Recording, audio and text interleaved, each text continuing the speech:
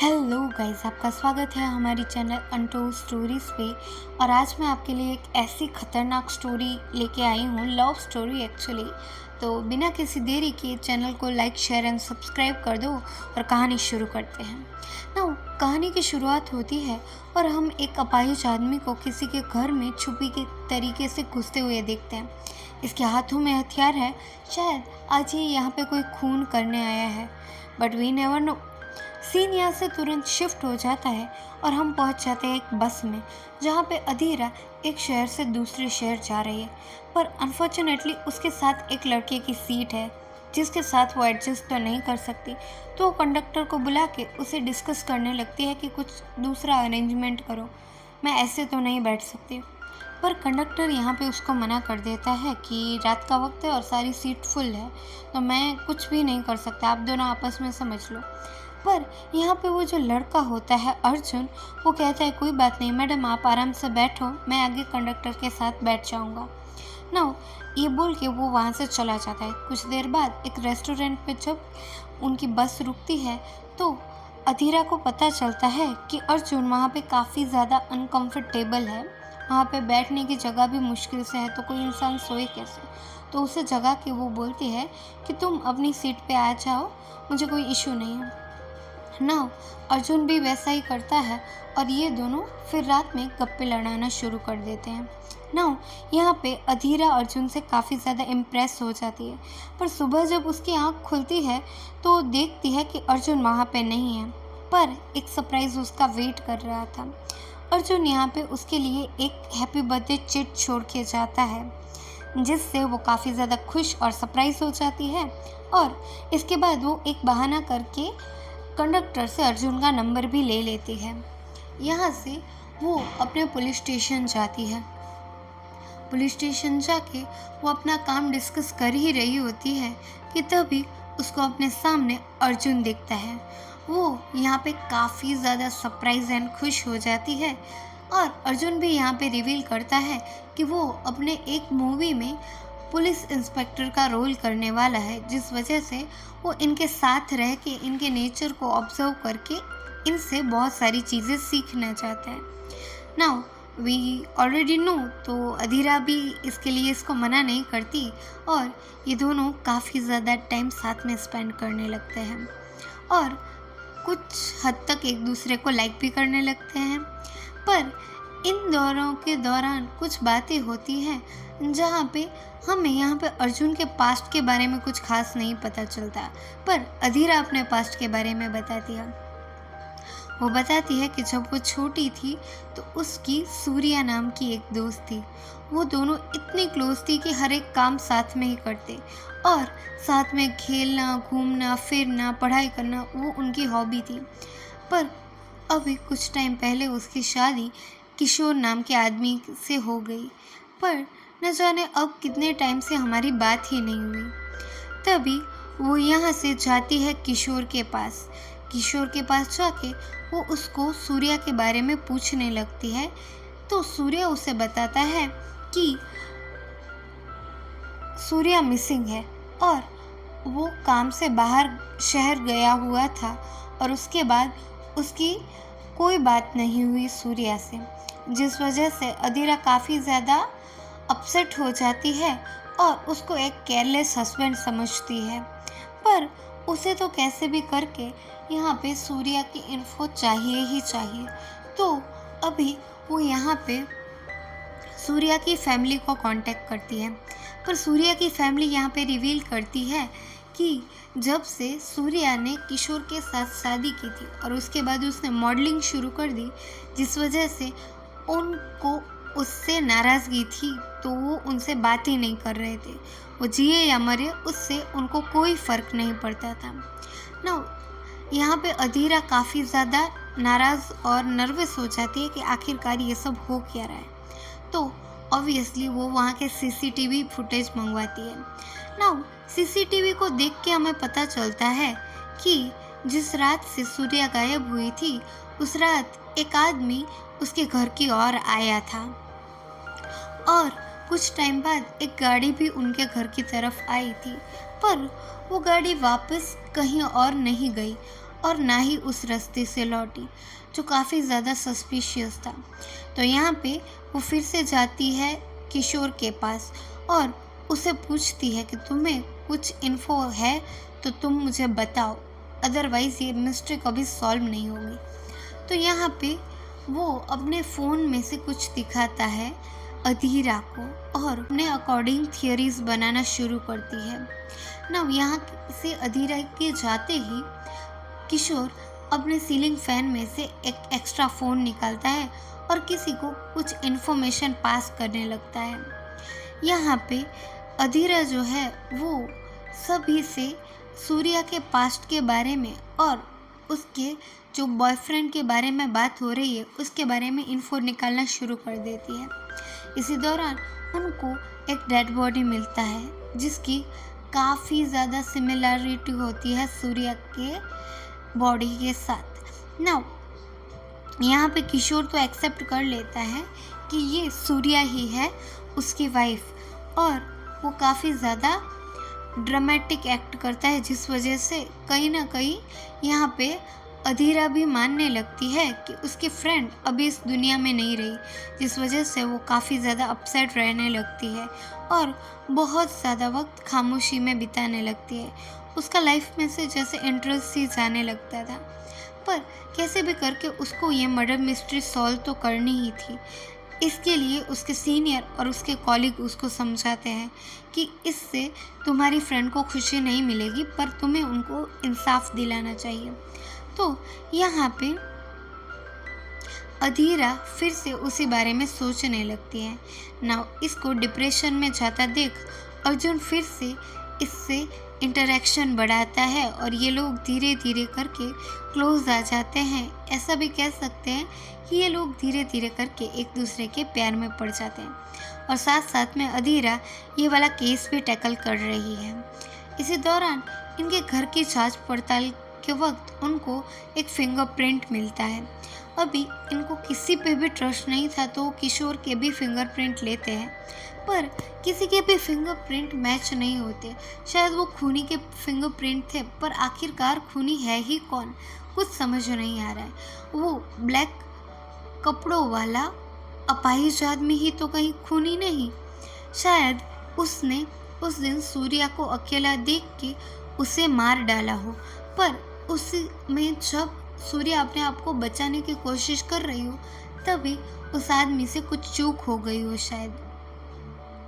तो ये लोग डिसाइड करते हैं कि वो सीसीटीवी पूरा चेक करेंगे और घर को भी कंप्लीटली आइसोलेशन में डाल देंगे ना। यहाँ पे सीसीटीवी चेक करते टाइम उनको ये वही मूवी की शुरुआत वाला आदमी, अपाहिज आदमी दिखता है। तो ये अपाहिज आदमी आखिर कौन हो सकता है, जिसके बारे में यहाँ पे सरप्राइजिंगली अधीरा खुद एक एजम्पशन बनाती है कि पास्ट में शायद सूर्या का कोई बॉयफ्रेंड हो जिसने उससे कोई रिवेंज लेने की कोशिश की हो। नाउ यहाँ पे एक बद्री नाम का आदमी शायद इसको याद होता है, तो ये धीरे धीरे करके बद्री नाम के आदमी को ढूंढते हैं और उसको इन्वेस्टिगेट करना शुरू करते हैं। तो बहुत कोशिश करने पे भी वो उनको मिलता नहीं। तो एक दिन अचानक रात को जब अधीरा जाती है सूर्या के घर पे, तो तभी वहाँ पे उसको बद्री मिल जाता है। पहले तो वो लंगड़ा के चल रहा था, पर जब अधीरा उसका भाग के पीछा करती है तो वो सीधे सीधा भागने लगता है, जिससे हमें पता चलता है कि ये कोई अपाहिज नहीं बल्कि अपाहिज होने का नाटक कर रहा है। और यहाँ से वो भाग निकलने की कोशिश तो करता है, पर अधीरा के हाथों से वो बच नहीं पाता और अधीरा उसे पकड़ के जेल लेके जाती है ना। उसकी इन्वेस्टिगेशन के दौरान यहाँ पे बद्री उसे कुछ बताने की कोशिश करता है। बद्री कहता है कि उसकी आधे से ज़्यादा लाइफ ख़राब हो गई सूर्या की वजह से। उसने जब बाहर आकर देखा कि सूर्या अपनी लाइफ हंसी खुशी बिता रही है तो उससे तो उसका खून ही खौल गया और उसने फैसला किया था कि वो कैसे भी करके सूर्या को मार देगा, पर वो उसको मार नहीं पाया। तो यहाँ पे वो सूर्या से नफ़रत की वजह पूछती है। तो यहाँ पे बद्री बताता है कि जब वो कॉलेज में थे तो यहाँ पे सूर्या उससे काफ़ी ज़्यादा इंटरेक्शन कर रही थी। शायद वो उसके नेचर को पसंद करती थी। इवन दो कभी कभी तो वो उसके कपड़े भी पहन लेती थी और उसके साथ बहुत सारा टाइम स्पेंड करती थी। अब ये सब देखने के बाद एक दिन मौका पाके बद्री सूर्या को प्रपोज कर देता है, पर सूर्या साफ साफ मना कर देती है और वहाँ से जाने लगती है। इस बात से हर्ट होके वो कुछ दिनों बाद एक गाड़ी लाता है और ज़बरदस्ती उसको किडनैप करके उससे शादी करने की कोशिश करता है। पर सूर्या यहाँ से भाग निकलती है और पुलिस कंप्लेंट फाइल कर देती है, जिस वजह से यहाँ पे बद्री को जेल हो जाती है और उसकी लाइफ ख़राब हो जाती है। और यहाँ पे जब वापस आके उसने उसको खुश देखा तो वो प्लान ही कर लेता है कि वो कैसे भी करके उसकी जान तो ले ही लेगा।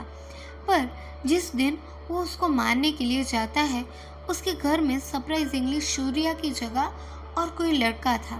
शायद वो उसका कोई बॉयफ्रेंड होगा, जैसा कि किशोर ने बताया था। वो लड़का उससे हाथापाई करने लगता है, जिस वजह से यहाँ पे बद्री को सूर्या को बिना मारे ही जाना पड़ता है। और उस रात उसी लड़के से हाथापाई के वक्त उसको वो फिंगरप्रिंट वहाँ पे लग गए थे। तो यहाँ पे वो किशोर की फ़ोटो दिखाती है और बहुत सारे लड़कों की फ़ोटो दिखाती है, पर ये जो बद्री होता है वो कहता है कि वो लड़का तो कहीं अलग ही था, तो मैं उसका स्केच बनवा देता हूँ और शायद वो लड़का मेरे सामने भी आए तो भी मैं उसको पहचान लूँगा। तो यहाँ से इसकी इन्फॉर्मेशन लेके ये फिर बद्री को जाने देते हैं। इसी दौरान हम देखते हैं कि अर्जुन और अधीरा भी आपस में बहुत ज़्यादा क्लोज आ जाते हैं और वो शादी करने का फैसला कर लेते हैं। और दूसरी ओर यहाँ पे अधीरा साथ साथ सूर्या का केस भी सॉल्व करने में उलझी हुई थी। उसको उसी कार के बारे में ज़्यादा से ज़्यादा इन्फॉर्मेशन गैदर करनी होती है। उसको ऐसा लगता है कि अगर बद्री ने सूर्या को नहीं मारा तो शायद और कौन हो सकता है। इस वैन में उसको 4 गुंडे देखने मिलते हैं, पर जब वो लौट रहे होते हैं तो उनकी गाड़ी बदल चुकी थी और 3 ही गुंडे वापस थे। तो आखिरकार वो एक गुंडा था कौन और गया कहाँ, इसके बारे में जानने के लिए वो यहाँ पे ऐसा डिसाइड करती है कि वो फॉरेंसिक्स की हेल्प लेगी और साथ साथ वो सूर्या के बारे में जितनी भी पॉसिबल इन्फॉर्मेशन हो वो गैदर करेंगी। तभी यहाँ पे फॉरेंसिक एक अजीब बात बताता है कि जो डेड बॉडी उनको मिली है वो सूर्या की नहीं बल्कि किसी और की है, विच मीन्स कि सूर्या अभी भी जिंदा है। तो आखिरकार उसकी जगह उन्होंने किसको मरा हुआ समझ लिया है और कौन है इन सब चीज़ों के पीछे। तो यहाँ पे पुलिस वालों का पहला और सबसे इम्पॉर्टेंट सस्पेक्ट बन जाता है किशोर, उसका हस्बैंड।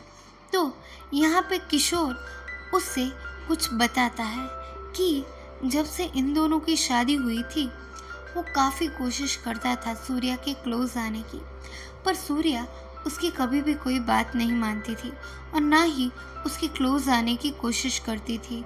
एक दिन तो हद हो गई, उसने अपने हाथों की नस ही काट ली ना।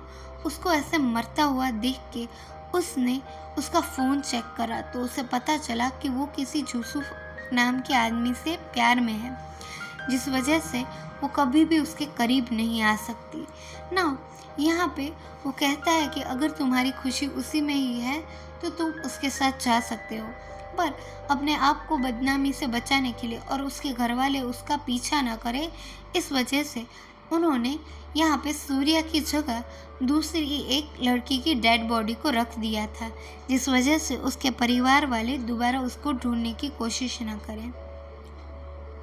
पर अधीरा यहाँ पे पूछती है, हाँ मैंने ये सब भी मान लिया, तो अभी के लिए सूर्या है कहाँ। तो यहाँ पे ये ऐसा बताता है कि सूर्या ने मुझसे कोई भी अपनी इन्फॉर्मेशन शेयर तो नहीं की, पर उसने कहा था कि वो 3 महीने बाद मुझे सामने से कांटेक्ट करेगी। तो जब वो मुझे कांटेक्ट करेगी मैं तुम्हें भी इस चीज़ के लिए इन्फॉर्म कर दूँगा। नाउ यहाँ पे अधीरा डिसाइड करती है कि वो वेट करती रहेगी जब तक सूर्या सामने से उसको कांटेक्ट ना करे। नाउ यहाँ पे जो बद्री होता है वो उसको बताता है कि शायद उस लड़के ने उसको मार भी दिया हो सकता है, पर बद्री को वो एक वीडियो दिखाती है जिसमें बद्री को अभी भी वो सस्पेक्ट नहीं मिलता। और दूसरी ओर हम देख पाते हैं कि किशोर किसी से अभी भी बातें कर रहा है। बातों ही बातों में, इंतज़ार ही इंतज़ार में 3 महीने बीत जाते हैं। 3 तो क्या 6 महीने बीत जाते हैं, पर किसी का भी कोई कॉल नहीं आता, जिस वजह से अधीरा काफ़ी ज़्यादा बेचैन हो जाती है। पर तभी उसके फ़ोन में एक मैसेज आता है और वो सूर्या के बारे में कुछ बताने की कोशिश कर रहा था। नाउ जो जान के अधीरा काफ़ी ज़्यादा सरप्राइज हो जाती है और वो डिसाइड करती है कि वो उस जगह पे जाएगी जहाँ पे उसको अधीरा को सूर्या के बारे में इंफॉर्मेशन मिलेगी। नाउ यहाँ पे रास्ते में उसको अर्जुन भी मिलता है, जो जिद करके ज़बरदस्ती उसके साथ वहाँ पे आने लगता है। और बीच में जब उसको मौका मिलता है तो वो किसी को कॉल कर देता है कि हाँ, मैं भी अधीरा के साथ ही आ रहा हूँ। जो जान के वो उसके साथ जुड़ जाता है, पर ये किसको ये सब बता रहा है। दूसरी ओर हम देख पाते हैं कि बद्री को एक मूवी में अर्जुन का फेस दिखा था, जिस वजह से वो यहाँ पे कोशिश करता है कि वो अधीरा को इन्फॉर्म करे, पर अधीरा अभी जिस एरिया में थी वहाँ पे नेटवर्क इशू था, जिस वजह से वो कुछ सुन नहीं पाती। और दूसरी ओर अर्जुन उसके साथ था। ना ये सब देख के उसका जो सीनियर और कॉलीग होता है वो इसे इन्फॉर्म करते हैं कि अर्जुन में भी उसके लिए हार्मफुल हो सकता है, तो वो अर्जुन से दूर रहे। पर ये वाला मैसेज भी उसको नहीं मिलता because of the network error, और वो उनकी बताई हुई जगह पे पहुंच चली जाती है। और कुछ ही देर में वहाँ पे अर्जुन भी आ जाता है। नाउ यहाँ पे जब वो अंदर जाती है तो उसके सामने बहुत सारे लोग खड़े थे जो उसको जानते थे और वो उनको, पर उनमें कहीं सूर्या नहीं थी। अभी यहाँ पे किशोर और उसके फ्रेंड्स मिलके उसे कुछ बताते हैं, पर तभी नेटवर्क आ जाने की वजह से उसको वो फ़ोटो और मैसेज मिल जाता है कि अर्जुन ही वो है जिसने शायद सूर्या की जान ली है। पर यहाँ पे इस कहानी के असली पत्ते खुलते हैं जो किसी ने भी एक्सपेक्ट नहीं किया था। यहाँ पे अर्जुन को देख के तुरंत ही सूर्या उसका कॉलर पकड़ लेती है और पूछने लगती है कि कहाँ है मेरी दोस्त सूर्या, कहाँ है मेरी दोस्त सूर्या। तो अर्जुन उसे बताता है कि मैं ही तुम्हारी दोस्त सूर्या हूँ। जो जान के अधीरा कंप्लीट शॉक में चली जाती है। हाँ, यहाँ पे किशोर रिवील करता है कि जब से सूर्या छोटी थी वो अधीरा को काफ़ी ज़्यादा पसंद करती थी और वो उसको एज अ पार्टनर चाहती थी। अधीरा बचपन से ही इस बात से अनजान थी, पर सूर्या मौका मिलने पर हर जगह एक लड़के की भूमिका निभाती थी। उसे पसंद था मेल रोल प्ले करना। तो फिर क्या था, उसने अपनी लाइफ में बहुत सारी चीज़ें सीखी, जिसमें वो लड़कों के बारे में जानने के लिए बद्री के काफ़ी ज़्यादा क्लोज आ गई थी, जिसका बद्री ने गलत मतलब समझा और जिसके बाद वो उसकी लाइफ में प्रॉब्लम भी क्रिएट करता है। उसकी फैमिली को ये जान के उस पर बहुत ज़्यादा गुस्सा आया और उन्होंने ज़बरदस्ती उसकी शादी किशोर से करवा दी। पर एज वी ऑल नो कि किशोर एक लड़का था और उसको लड़कों में कोई भी इंटरेस्ट नहीं था, तो वो तो अपने प्यार अधीरा को ही पाना चाहती थी, जिस वजह से वो यहाँ पे किशोर के कभी भी क्लोज नहीं आती। और एक दिन अचानक उसको अपने इतना करीब आता हुआ देख के उसे वो अपनी सारी सच्चाई बता देती है और यहाँ पे किशोर उसकी बात समझता है और धीरे धीरे करके उसका ट्रांसफॉर्मेशन करवाता है from the Surya to the Arjun. उस प्रोसेस में उसको 10 महीने का वक्त लगा और 10 महीने के बाद वो कंप्लीट अर्जुन बन चुकी थी। अर्जुन बनते ही वो फिर से अधीरा से मिलता है और उसे इम्प्रेस करता है और उसको अपने सही तरीके से प्यार करने की कोशिश करता है। उसे पता था कि लड़की बनने के बाद अगर वो उसको प्रपोज करती तो शायद कभी अधीरा उसके प्यार को समझ नहीं पाती। इसके लिए उसने ये सब किया और जब उसने बेचैन देखा सूर्या के बिना अधीरा को तो वो खुद सामने से अपनी सच्चाई उसे बताना चाहता था। पर यहाँ पे अधीरा तो इतने ज़्यादा शॉक में थी कि वो किसी को भी कुछ भी नहीं बता पाती। ना ही वो अर्जुन को अभी एक्सेप्ट कर पा रही है और ना ही वो सूर्या को भूली है और ना ही वो ये चीज़ समझ पा रही है कि सूर्या ने आखिर अपने प्यार में कौन सी हदें पार कर दी है। नाउ यहाँ पे सीन कुछ टाइम बाद शिफ्ट होता है और हम अधीरा को देख पाते हैं जो आज अर्जुन को अपना जवाब देने आई है। पर ये जवाब क्या देती है वो तो हमें बताया ही नहीं जाता। तो इसी के साथ ये कहानी यहीं पे ख़त्म हो जाती है और हम मिलेंगे ऐसी ही कोई अनकही कहानी के साथ। Till then thanks for watching. Like share and subscribe कर दो यार please. Thank you guys for watching. Love you a lot and sharing love. Bye bye.